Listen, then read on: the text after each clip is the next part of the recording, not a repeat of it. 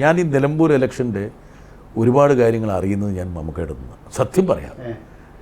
നിങ്ങൾ അത്ഭുതപ്പെടും. ഞാനിപ്പോൾ കാശ്മീരിൽ പോയി അവിടെ നിന്നപ്പോഴും മമ്മൂക്ക വിളിച്ചപ്പം നിലമ്പൂർ ഇങ്ങനെ വന്നിട്ടുണ്ട്, ഇതാണ് പ്രസ്താവന, അയാളുടെ പ്രസ്താവന എങ്ങനെയാണ്, ഇങ്ങനെയാണ് പ്രസ്താവന, ഈ പ്രസ്താവന ഗുണകരമല്ല, ആ പ്രസ്താവന, എല്ലാ വശങ്ങളും മൂപ്പർക്ക് അറിയാം. അതുപോലെ ഒരു പുതിയ സാങ്കേതിക വിദ്യ വന്നാൽ, ഇപ്പോൾ ഫോൺ വന്നാൽ അല്ലെങ്കിൽ എന്തെങ്കിലും ഒരു ഉപകരണം വന്നാൽ അതിൻ്റെ A to Z പുള്ളി പഠിച്ചു വെക്കും. ഭയങ്കര ഒബ്സർവറാണ് ഓരോരുത്തരുടെ ശരീരഭാഷ ഉൾപ്പെടെ. പിന്നെ എനിക്കൊരു പ്രശ്നമുണ്ട്, ഞാൻ മൂപ്പരോട് അത് കൃത്യമായിട്ട് പറയും. ഇപ്പം എനിക്ക് ശബ്ദത്തിൻ്റെ പ്രശ്നം ജൈവിക അങ്ങനെ. അപ്പോൾ പുള്ളിക്ക് ഒരു വഴിയുണ്ട്, മൂപ്പർക്ക് വഴിയുണ്ട്. ഞാൻ പണ്ട് ഇവിടെ പ്രസംഗിച്ചതാണ്. എനിക്ക് തൊണ്ടവേദന ഭയങ്കര, ഞാൻ നടക്കാൻ പോകും ചെയ്യും രാവിലെ.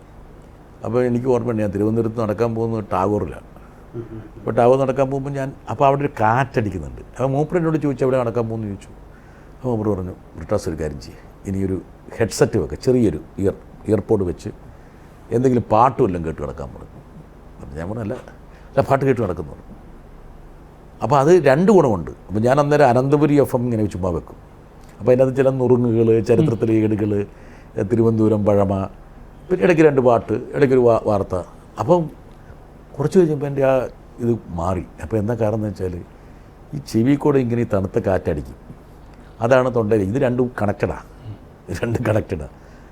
അപ്പോൾ ഇത് വെച്ചപ്പോൾ എനിക്ക് എൻ്റെ കാറ്റ് കയറുന്നു നിന്നു, കുറച്ച് വിവരവും കിട്ടി, കുറച്ച് എൻ്റർടൈൻമെൻറ്റും കിട്ടിയപ്പോൾ മൂപ്പർ അങ്ങനെയുള്ള കാര്യങ്ങൾ വളരെ